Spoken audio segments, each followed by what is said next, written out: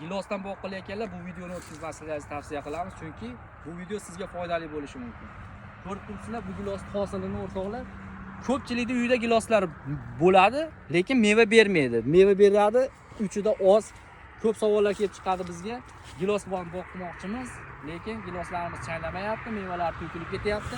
Bunga yechim nav tanlashda adashmasligimiz kerak. Mana ko'rib turgan navlaring yangi navdagi O'zbekistonda istiqbolli navlardan kutilayotgan Nimba degan sort bo'ladi. Kalibr jihatdan ham 35-32 kalibr beradigan gilos bo'ladi. Mana shu tubdan misol 100 kilo, 70 kilo bemalol hosil yig'ib olsalar ham bo'ladi. Demoqchi bo'lganim, boq qilayotganlar mana valoviy ekilgan bu yerga hosil juda kam, o'z chaylamagan mana. Ko'rsangiz gilos mevasini topolmaysiz bu yerda. Bu yerda adashmovchilik shu valoviy sertsa ekilgan. Mana o'rtoqlar, mana shu giloslarni biz ko'chatini ko'paytirdik.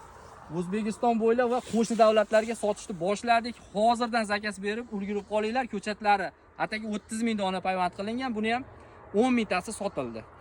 Shunday ekan, telefon nomerlarimiz 90 560 50 34. Hozirdan zakaz berishlaringiz mumkin. Sog' bo'linglar, salomat bo'linglar.